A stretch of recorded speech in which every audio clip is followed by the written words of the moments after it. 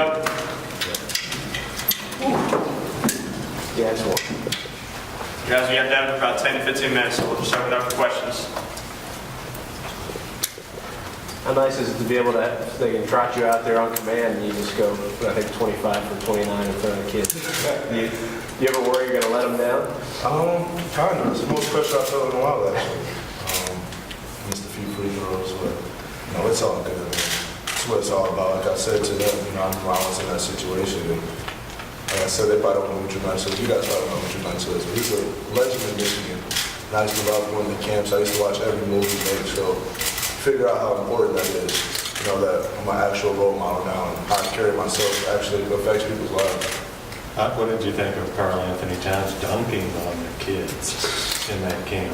It's exactly what I expect out of Karl. But no, I've seen a lot of people do that in this game. So, I didn't get the chance to dunk on anybody, but I feel like shooting is important. You're out there with Malik Mollenkovic. He's sort of the next wave. What do you know? I mean, I don't know how much you've seen him outside of that just then, but what do you think of him? I see him play at Jordan Brand Classic. I seen him and Darren Fox play both MVPs. They look like they're going to be really special. This team, also with Bam, I think defensively they should be one of Cal's best teams. They have the length, they have the athleticism. So, I think it's going to be real interesting. It's going to be real fun because I think it's going to be more fast-paced, a lot of dunks with how athletic they are. Devin, how many UK guys can you all fit on one roster? What is it, 5 now? I'll take all of them. I respect everybody who comes to Kentucky, and obviously the NBA does, because we have a lot of Kentucky players in there. So if you want to make it to the NBA, that's where I always tell people to go. How do you feel like you're being talked about a lot as being maybe the best two guard in the league at some time into the future? What do you think about having that kind of a label, put on it? It's a good pressure to have. Obviously I want to be the best two guard, and that's why I play the games, to be the best. So every time I'm out there, I try to be the best. So I try to earn my respect from the top two guards in the league. Every time I match up against them, I feel that pressure. Where I want to be in their spot. So.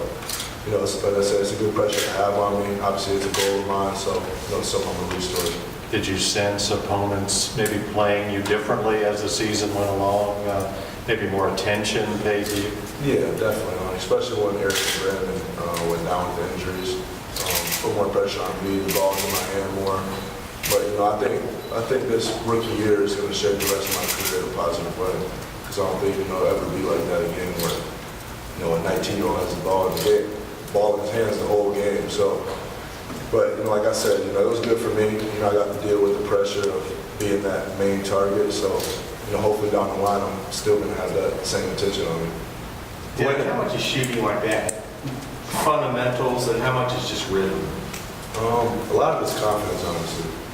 You see some people in the NBA that their form doesn't look that good, but the ball still goes in. It comes with repetition, time you spend in the gym. It all shows. So you can't always say you can't cheat the grind. It's always gonna tell on itself. But shooting is something that I've always took pride in. I always want to be the best shooter in the gym. So I always take that mindset everywhere I go. I know you know everything about him and have always believed in him. What do you think Tyler showed NBA people over the course of the summer league about himself? That his size doesn't matter. That's the biggest thing. I think I don't understand how the draft always works. You take all these European guys that they play 3 minutes a game overseas, but you're right here, you see Tyler playing the biggest stage in college basketball and performing. But I'm glad it happened how it did. Now we get to be teammates again, and he's just proving everybody. All you have to do is watch basketball, honestly. Proves anybody. If you turn on TV, watch him play last year, you see that he belongs in the NBA. So. He's a bright future ahead of him. I'm proud to be his teammate again, and I think it's going to be really fun in the future. What did he say to you? He hit that game winner, and in the video, I can see that he's saying a lot of things to you. You can't say that. You can't say that on camera. Something that's leaked out. What's the clean version of it? Let's go. I'm built for this. You can say that. He's built for this. Were you texting guys in the organization or whatever as he was falling down the draft board saying, we got to get this guy if he gets to us? Or? Yeah, I made a couple calls. I made a couple of calls, but no, he shouldn't have been there, honestly, all at 34. Obviously, his biggest steal of the draft, and that's not just my opinion, you know, he's proven it already in some leagues. So, I mean, there's a lot of season ahead of him. We'll see what happens from there. You know, I've been good friends with him a long time, so I know how his career is planned out, how he always has been underdog. So, and I think it's nothing new to him, and he's just going to prove people wrong again. How do you feel about, I mean, he played so well last season, yet it seemed like to NBA eyes, it didn't matter, or it wasn't as important as like the combine or something other than the competition. How does that play on your mind? It's just what I said. You know, I think every NBA team wants to find that steal overseas that nobody knows about. You know, like the Porzingis thing. They don't want to miss out on one of those. But like I said, if you just turn on TV and watch basketball and you're a fan of the game, you know, I think that should be the right pick for a lot of teams. But like I said, I'm happy how it happened. You know, he's in Phoenix. We're going to be teammates again, so you know, I'm fine with it. You said your rookie season could define the rest of your career. Do you see that same kind of, you know, prophecy for Tyler? You never know because when you're a rookie, you never know when your time's going to come. You know, I was fortunate enough. Well, it was unfortunate that, you know, Brandon and Eric, you know, had their injuries, but it opened up opportunity for me. The rookies don't always get the opportunity.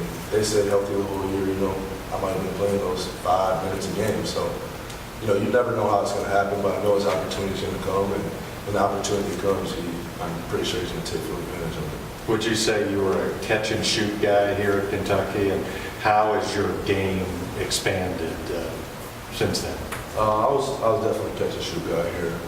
I always joke with Cal, talking about he hold me back. You know? He says that about everybody, though. Everybody comes back and says that to him.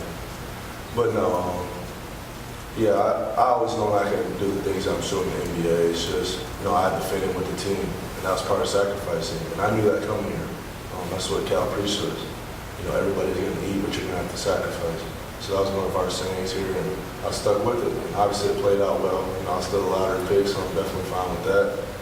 And, you know, I wish I could have shown more to the Kentucky fans, but at the end of the day, you know, I feel like I'm in a great situation, and we made a lot of memories here. Do you have to kind of fight the fear that the NBA is not seeing some of the things that you can do, and hopefully they'll understand that? Well, they don't see it in the games, but they do come to practice, they do come to workouts, and, you know, the NBA draft process is a long process. You have to go work out for them, and they try to see your weaknesses. So I think that was one of my advantages. They thought I couldn't do a lot of things, so I went to the workouts and showed them I could do that, and I feel like that's why I went kind of high in the draft. But, you know, sacrificing, that's part of the game. You're going to have to do it in the NBA, you're going to have to do it sometime down the line, and, you know, I'm glad it happened for me earlier when I was in college. The other Kentucky guys that you see in the league, do you have to talk smack about the better team while you're in college?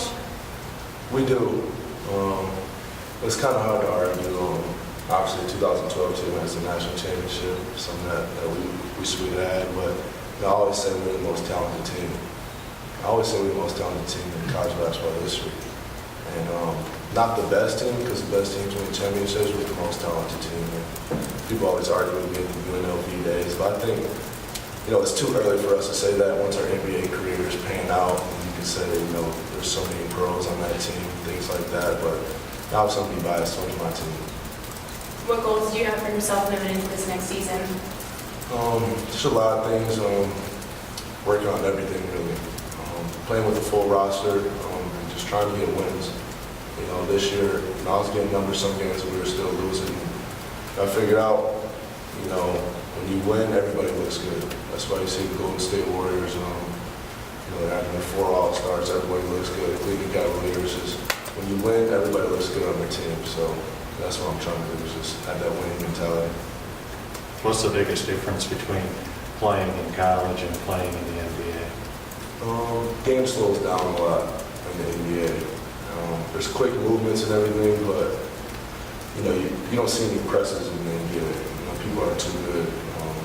not going to turn the ball over like that. In college, you know, you can hound people and, you know, kind of like, you know, how our team was. You can beat people by 20 and the game will be over. When you're up 10, 15, the college game is over. In the NBA, if you're up 10, you know, you can lose that lead in 2 minutes. So, you know, everybody's really good on the floor.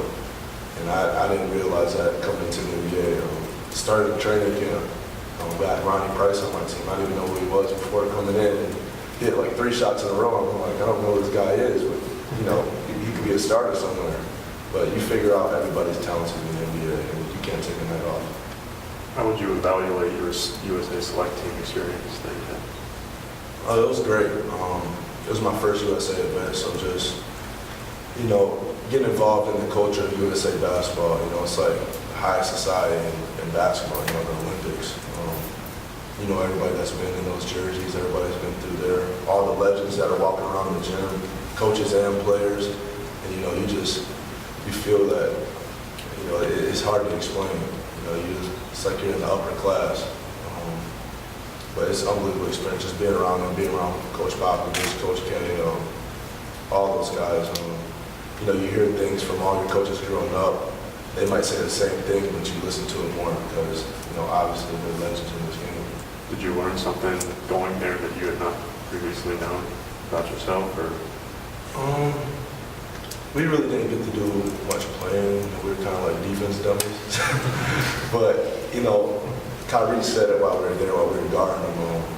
I think we got to stop one time. We tried to run on offense, and they're like, "No, you're back on defense." And Kyrie was like, I was in that jersey one time also. So, you know, it's part of the process. You know, I'm on the right road, and obviously Olympics is something I want to do in the future, and hopefully I can make that jump.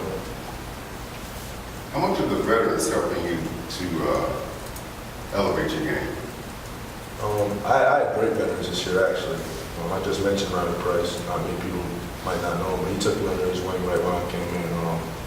Texas Chandler also. PJ Tucker, Bledsoe, and Brandon. You know, I was the only rookie on the team, so I was like the little brother to everybody. So they all took me in, tried to explain to me, you know, at the down points of my season that, you know, you have to just keep fighting through. It's a long season, 82 games. But they all stress the same thing to me. You're going to be a special player, you just have to keep your head on right.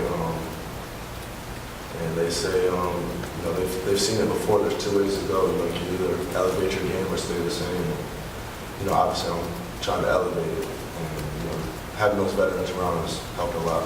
Pop will be the next USA head basketball coach. Did he say anything to you specifically during that time that kind of gives you confidence? He talked to me a lot about my personality and my high character. I actually sat with him on the bus over at practice, and we were talking. He was like, you know, what makes you special is not anything you do on the court, just the high character that you have, the maturity you have for a 19-year-old.